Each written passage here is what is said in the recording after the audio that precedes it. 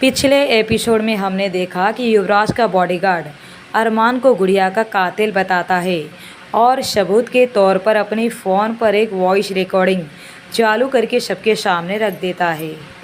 देखो गुड़िया, तुम मेरे साथ ऐसा नहीं कर सकती। मैं तुमसे सच में बहुत प्यार करता हूँ। तुम मेरा बचपन का प्यार हो। तुम प्लीज़ उस कार्तिक से शादी मत करो। अरमान ने कहा। अरमान, मुझे लगता है कि तुम पागल हो चुके हो। तुमने कुछ ज़्यादा ही चढ़ा ली है। मैं सिर्फ अपने कार्तिक से ही प्यार करती हूँ और मैं कभी उसे छोड़ने का सोच भी नहीं सकती। इसलिए अब तुम भी ये मजाक करना बंद करो। गुड़िया, मैं कोई मजाक नहीं कर रहा हूँ, मैं सच कह रहा हूँ।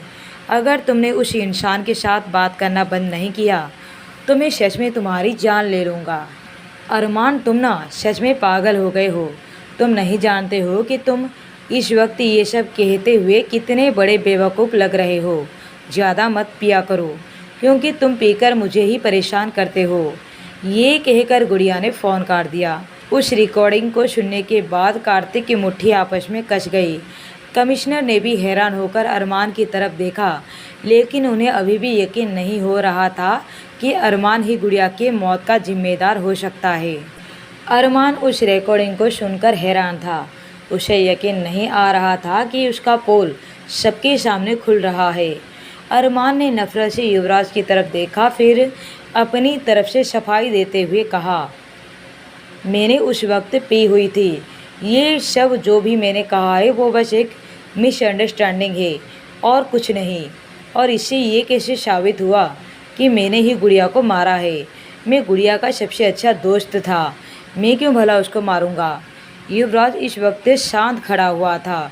उसे बस परी का इंतज़ार था। उसे अपने सामने हो रहे तमाशा को एंजॉय करने में कोई दिलचस्पी नहीं थी। तभी उस बॉडीगार्ड ने एक और रिकॉर्डिंग चालू कर दी। मैं जानता हूँ कि तुम कमिश्नर से बदला लेना चाहते हो, और एक बात, अगर तुम कमिश्नर से अच्छी तरह से बदला लेना चाहते हो तो तुम उसकी दुखती नस पर वार करो। उसकी इकलौती बेटी, जिसे वो दुनिया में सबसे ज़्यादा प्यार करता है, जिसका नाम गुड़िया है। लेकिन हम उस लड़की को मारेंगे कैसे? उसके साथ तो हमेशा ही बॉडीगार्ड रहता है। तुम उसकी चिंता मत करो, मैं कुछ इंतज़ाम करता हूँ और जब उसको मारने का सही वक्त होगा मैं तुम्हें कॉल करके बता दूँगा। तुम बस तैयार रहना। पूरी बात सुनने के बाद बॉडीगार्ड ने फ़ोन बंद करके अपना फ़ोन जेब में रख दिया और वो वापस युवराज के पीछे जाकर खड़ा हो गया। अरमान का चेहरा देखने के लायक था। उसका चेहरा लाल हो चुका था। वो कुछ बोलना चाहता था, लेकिन तुम घटिया आदमी, कहते हुए कार्तिक उसकी तरफ बढ़ा। उसने अरमान को पीटना शुरू कर दिया। उसने अरमान को बोलने का एक भी मौका नहीं दिया। उसे वो तब तक मारता रहा जब तक वो बेहोश नहीं हो गया। कमिश्नर के अंदर तो इतनी भी हिम्मत नहीं थी कि वो अरमान के ऊपर हाथ भी उठा सके। वो बस बेसुध होकर वहीं पास पड़े सोफे पर धड़ाम से बैठ गया। उन्होंने अपनी आंखें बंद कर ली। वो अपनी जान प्यारी बेटी को याद करने लगे। उनकी बेटी उन्हें अपनी जान से भी ज़्यादा प्यारी थी।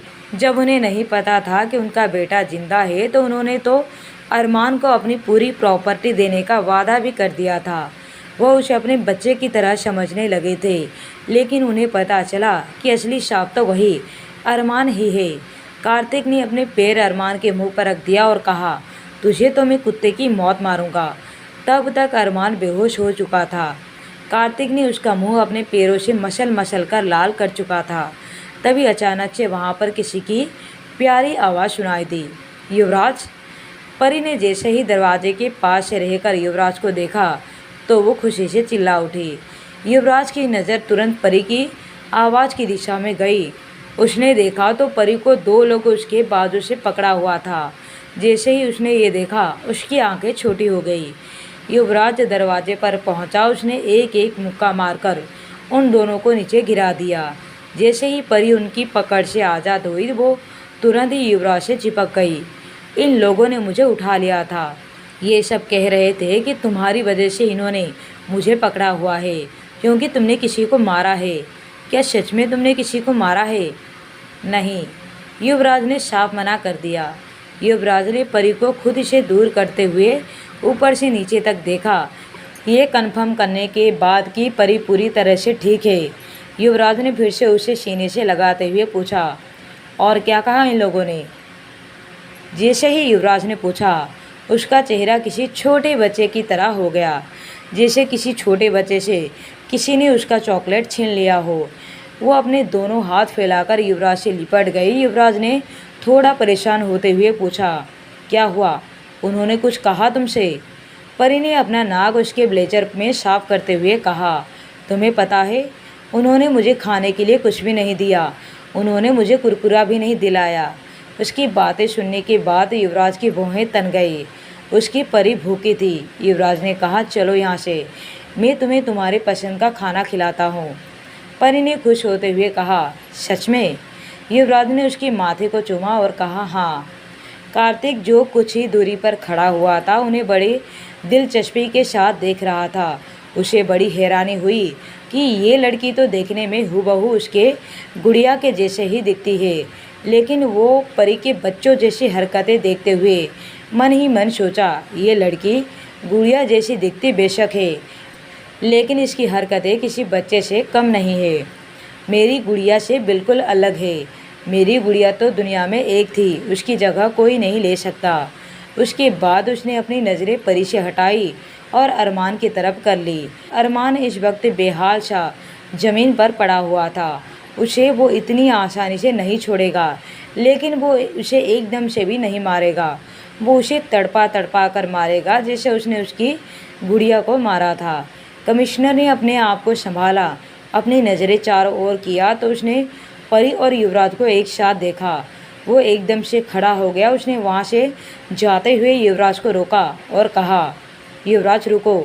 युवराज परी का हाथ पकड़ा हुआ था। वो वहाँ से जाने ही वाला था कि कमिश्नर की आवाज़ सुनकर युवराज ने पीछे मुड़कर देखा और कहा, क्या हुआ?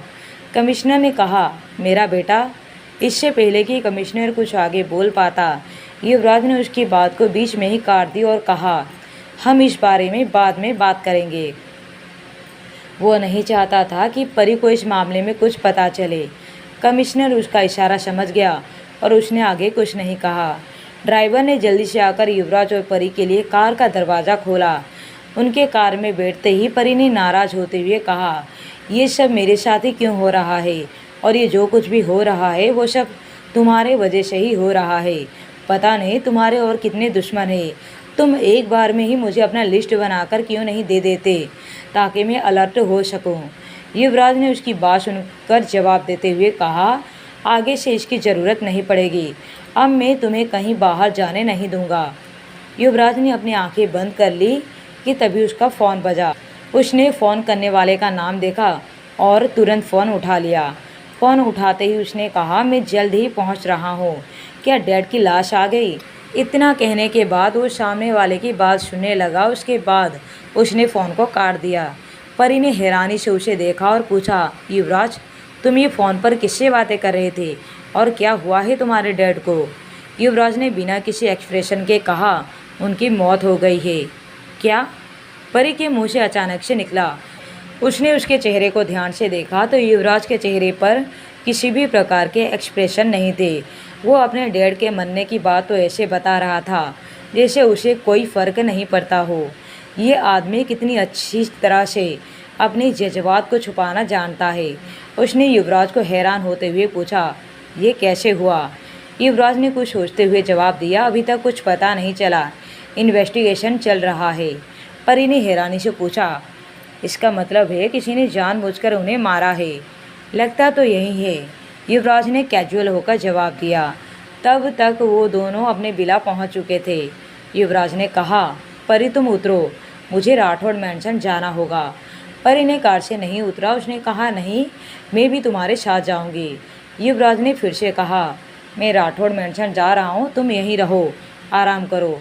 पर परी ने अपनी गर्दन ना में हिलाते हुए कहा, नहीं, मैं तुम्हारे साथ जाऊंगी। दादी जी और आंटी के ऊपर क्या बीत रही होगी, मुझे उनके लिए बहुत बुरा लग रहा है। परी जिद मत करो, युवराज ने दोबारा से कहा, लेकिन परी उतरने के लिए तैयार ही नहीं थी।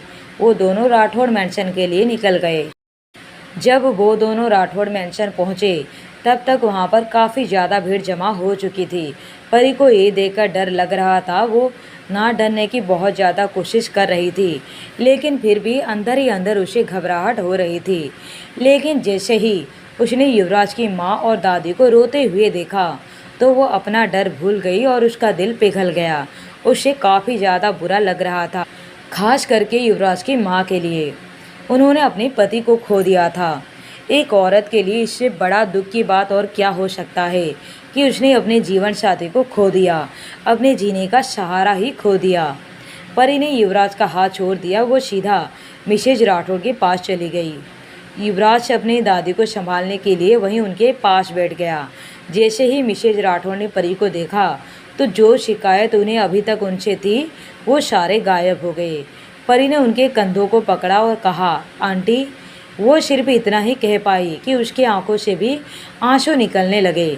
परी भी अब रोने लगी। परी ने अपने आप को संभाला और इसके बाद उसने युवराज की माँ को चुप कराने की कोशिश करने लगी, लेकिन उनकी माँ किसी भी हालत में चुप नहीं हो रही थी, बल्कि समय के साथ उनका रोना और भी ज़्यादा बढ़ता जा रहा था।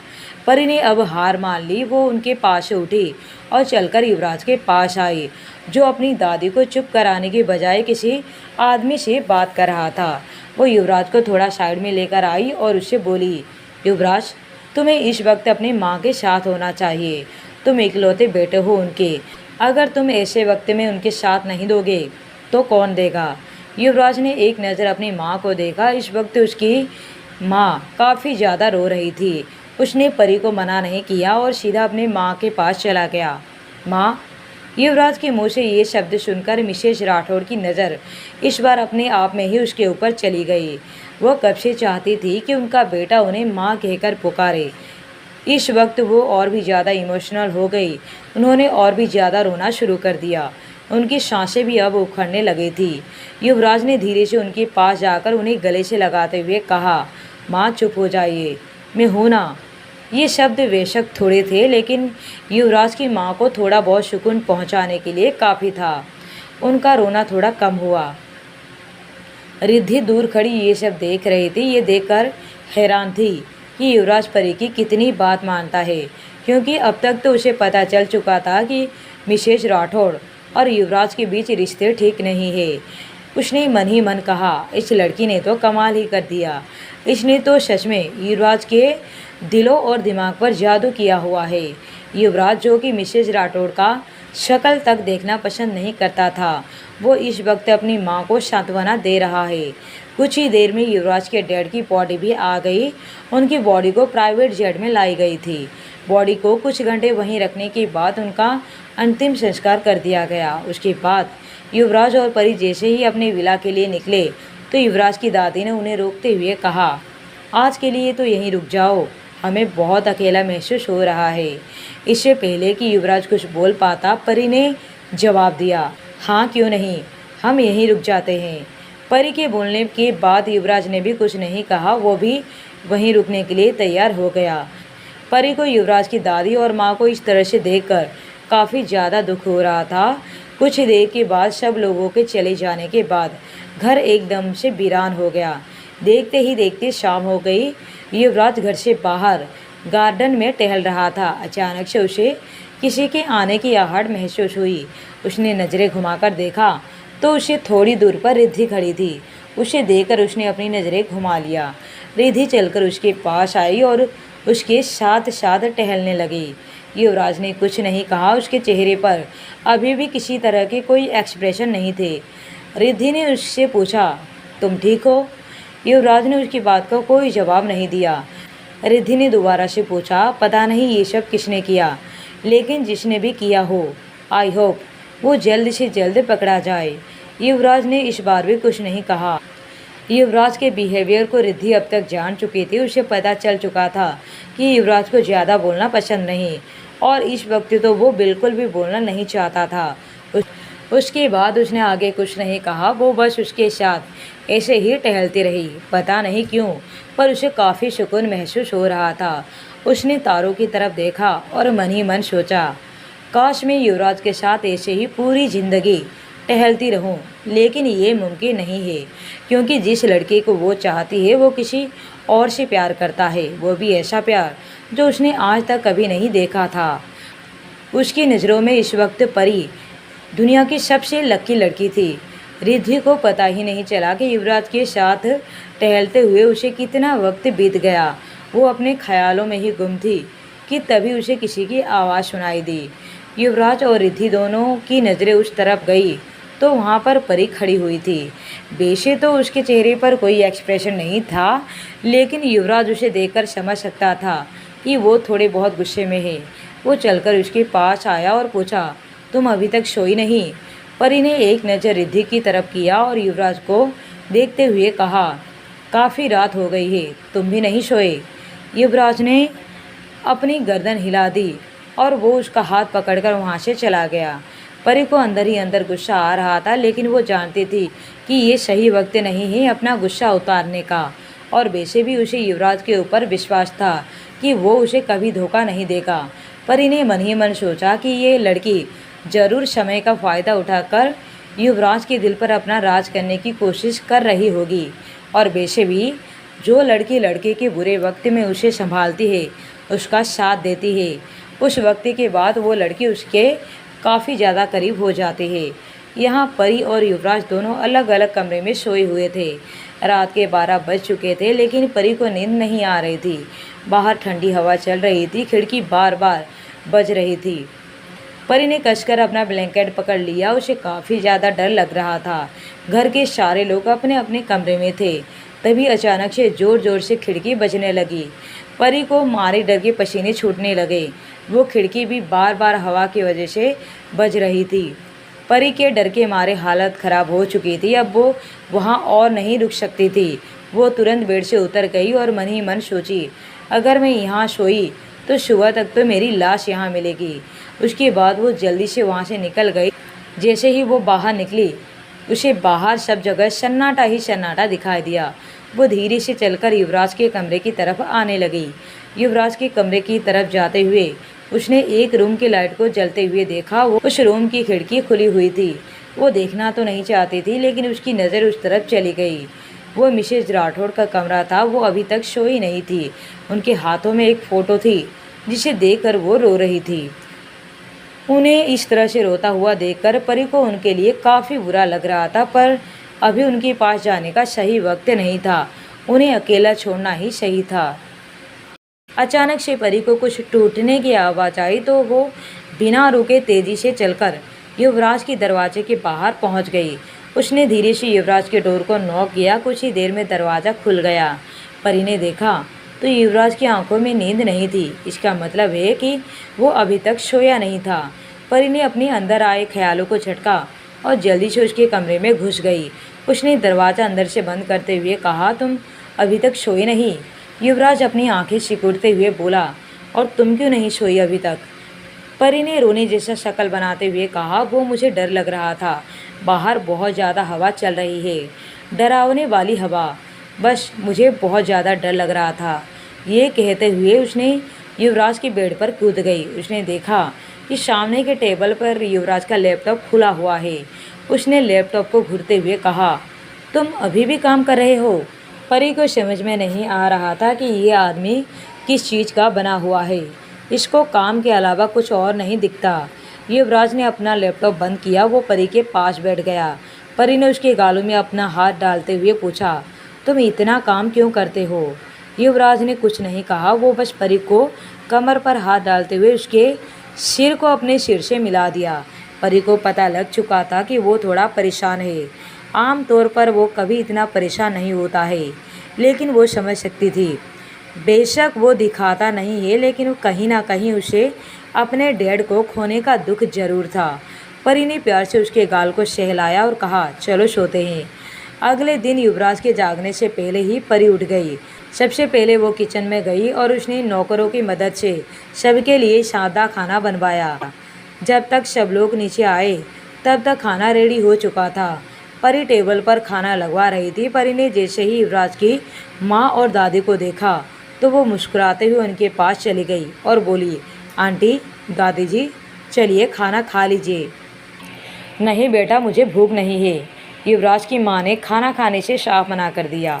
युवराज की दादी ने भी खाना खाने से मना करने ही वाली थी, लेकिन तभी परी बीच में ही बोल उठी। मुझे पता है आप दोनों को खाना खाने का बिल्कुल भी मन नहीं है, लेकिन मुझे आप दोनों की बहुत ज़्यादा फिक्र हो रही है। इतना ज़्यादा भूखा रहना सेहत के लिए ठीक नहीं है। आपने कल दिन भर भी कुछ नहीं खाया। अगर अंकल आप दोनों को इस तरह से बिना खाना खाए उनके लिए उदास होते देखेंगे तो उन्हें सबसे ज़्यादा बुरा लगेगा। मेरे लिए ना सही, उनके लिए सही, पर कुछ तो खा लीजिए। कहते हैं इंसान के मरने के बाद 13 दिन तक जो उसके परिवार वाले खाते हैं वो इंसान भी वही खाता है। आप क्या चाहते हैं कि अंकल भूखे रहे? परी की बातें सुनकर युवराज की दादी ज़्यादा खुश हो गई। उन्होंने उसकी गाल पर हाथ रखते हुए कहा, तुम बहुत ही प्यारी और समझदार बच्ची हो। तुम खुद से ज़्यादा दूसरों की परवाह करती हो। तुम्हारी सबसे अच्छी बात तो मुझे ये लगी कि तुमने थोड़ा ही सही, लेकिन मेरे युवराज को बदल दिया है। जो आज तक कभी यहाँ रुका नहीं था, वो तुम्हारे कहने पर यहाँ रुकने के लिए तैयार हो गया। मैं चाहती हूँ कि तुम कभी भी मेरे पोते को छोड़कर कहीं ना जाओ, चाहे कितनी भी मुसीबत क्यों ना आ जाए। ये कहते हुए युवराज की दादी काफ़ी ज़्यादा इमोशनल हो गई। परी ने मुस्कुराकर दादी से कहा, दादी मैं कभी भी किसी को भी छोड़कर नहीं जाने वाली, आपको भी नहीं, आंटी जी को भी नहीं। मिसेज राठौड़ को भी काफ़ी बेहतर महसूस हो रहा था। उन्होंने गहरी सांस ली और कहा, बेटा तुमने इतने प्यार से खाना बनाया है तो हम ज़रूर खाएंगे। कहते हुए उनकी आंखों से फिर से आंसू की 2 धार बह जाती है। युवराज भी नीचे आ चुका था और उसने उनकी सारी बातें सुन ली थी। न चाहते हुए भी उसके चेहरे पर एक हल्की सी मुस्कान आ गई। रिद्धि और युवराज के मामा दूर खड़े ये सब नज़ारा देख रहे थे। परी को राठौड़ फैमिली के लिए इतना कुछ करते हुए देखकर युवराज के मामा की तो बोलती बंद हो चुकी थी। उसने धीरे से रिद्धि से कहा, रिद्धि बेटा ये तुम क्या कर रही हो? जो काम तुम्हें करना चाहिए इस वक्त वो काम ये लड़की कर रही है। ये काम तो तुम्हें करना चाहिए। सभी लोगों का खाना हो जाने के बाद युवराज जैसे ही डाइनिंग टेबल से उठा तो उसका फ़ोन बजा। उसने फ़ोन रिसीव किया। कुछ देर बातें करने के बाद फ़ोन काट दिया। युवराज इस वक्त कुछ ज़्यादा ही सीरियस लग रहा था। वो अपने ऑफिस पहुंचा तो केबिन के बाहर उसे कमिश्नर को बैठे हुए देखा। युवराज भी उन्हें अपने केबिन में आने का इशारा किया। कुछ ही देर में युवराज अपने चेयर पर बैठा हुआ था तो कमिश्नर सामने की कुर्सी पर। कमिश्नर ने थोड़ा गुस्से में लेकिन शांत लहजे में कहा, युवराज मेरा बेटा कहाँ है? मुझे उसे अभी के अभी मिलना है। युवराज ने बिना किसी एक्सप्रेशन के जवाब दिया, इतनी भी जल्दी क्या है? जब तक वो मुझे सब कुछ नहीं बता देता जो मैं सुनना चाहता हूँ, मैं उसे नहीं छोड़ सकता। उसने नहीं बताया तो हो सकता है कि मैं उसे मार भी दूँ। युवराज की बात सुनकर कमिश्नर की मुट्ठी आपस में कस गई। युवराज राठौड़, तुमने तो कहा था कि तुम मेरे बेटे को छोड़ दोगे। तुम ऐसा उसके साथ नहीं कर सकते। वो मेरा इकलौता बेटा है। मैं तुमसे हाथ जोड़कर भीख मांगता हूँ, मेरे बेटे को छोड़ दो। मैं तुम्हारे साथ जितनी भी दुश्मनी है सब भूल जाऊँगा, पर मुझे मेरा बेटा वापस कर दो। कमिश्नर को इस तरह से गिड़गिड़ाते हुए देखकर युवराज को रत्ती भर भी फर्क नहीं पड़ा। ठीक है, मैं नहीं मारूंगा, वो भी सिर्फ इसलिए क्योंकि तुमने उस वक्त परी को नुकसान नहीं पहुंचाया था। लेकिन तब तक मैं कुछ नहीं कर सकता जब तक वो ना उगल दे जो मैं सुनना चाहता हूँ। युवराज की बात सुनने के बाद कमिश्नर का चेहरा बदल गया। उसने कहा, तो फिर मुझे मेरे बेटे से मिलवा दो। मैं उसे कहूँगा कि वो तुम्हें सब कुछ बता देगा जो तुम सुनना चाहते हो। युवराज मुस्कुराया और बोला, मैं इतना भी बेवकूफ़ नहीं हूँ जो आपको वहाँ पर ले जाऊँ, लेकिन मैं वीडियो कॉल पर आपका उससे बात करवा सकता हूँ। ये कहते हुए युवराज ने एक मैसेज टाइप किया। कुछ ही देर के बाद उसकी लैपटॉप की स्क्रीन चमकने लगी। स्क्रीन के ऊपर जैसे ही कमिश्नर का बेटा दिखाई दिया, युवराज ने लैपटॉप को कमिश्नर की तरफ कर दिया। जैसे ही कमिश्नर ने अपने बेटे को लैपटॉप की स्क्रीन पर देखा तो उसकी आंखों में आंसू आ गए। उसका बेटा बहुत ही बुरी हालत में था। ऐसा लग रहा था जैसे वो कई दिनों से नहाया नहीं है और ना ही ठीक ढंग से उसे खाना मिल रहा है। लेकिन उसे इस बात की खुशी थी कि उसका बेटा जिंदा है। कमिश्नर के बेटे ने भी अपने डैड को देख लिया था, लेकिन उससे कुछ बोला ही नहीं जा रहा था। वो थोड़ा इमोशनल हो गया था। कमिश्नर अपना मुंह खोला और कहा, बेटा क्या तुम ठीक हो? उसके बेटे ने बस अपनी गर्दन हिला दी। पर कमिश्नर देख सकता था कि उसकी हालत बिल्कुल भी ठीक नहीं है। उसे बहुत मारा गया है, लेकिन फिर भी उसके मुंह से वो एक बार सुनना चाहता था कि वो ठीक है या नहीं। तभी उसे युवराज की गहरी आवाज़ सुनाई दी, जल्दी करो, तुम्हारा टाइम खत्म हो रहा है। ये सुनने के बाद कमिश्नर ने जल्दी से अपने बेटे से कहा, बेटा तुम ऐसा क्यों कर रहे हो? जो ये आदमी जानना चाहता है उसे बता दो। खत्म करो ये बात यहीं और मेरे पास वापिस आ जाओ। कमिश्नर की बात सुनने के बाद उसके बेटे ने अपना मुंह खोला और कहा, मैं इस आदमी को कुछ नहीं बताऊंगा, चाहे कुछ भी हो जाए। मैं इसको तड़पते हुए देखना चाहता हूँ। लेकिन बेटा, कमिश्नर ने इतना कह पाया था कि उतने में ही वीडियो कॉल कट हो गई। युवराज ने अपना लैपटॉप बंद किया और कहा, सुन लिया, जब तक वो अपना मुंह नहीं खोलेगा तब तक मैं उसे नहीं छोड़ूंगा। कमिश्नर कुछ नहीं बोला। वो जानता था कि युवराज उसके बेटे को तब तक नहीं छोड़ेगा जब तक वो नहीं जान लेता जो वो जानना चाहता है। कमिश्नर खुद भी ये बात नहीं जानता था कि आखिर युवराज जानना क्या चाहता है, जो सिर्फ उसके बेटे को ही पता है। उसने नफरत से उसे देखा और उठकर वहाँ से चला गया। आगे क्या होगा जानने के लिए बने रहिए माय डेंजरस लवर पर।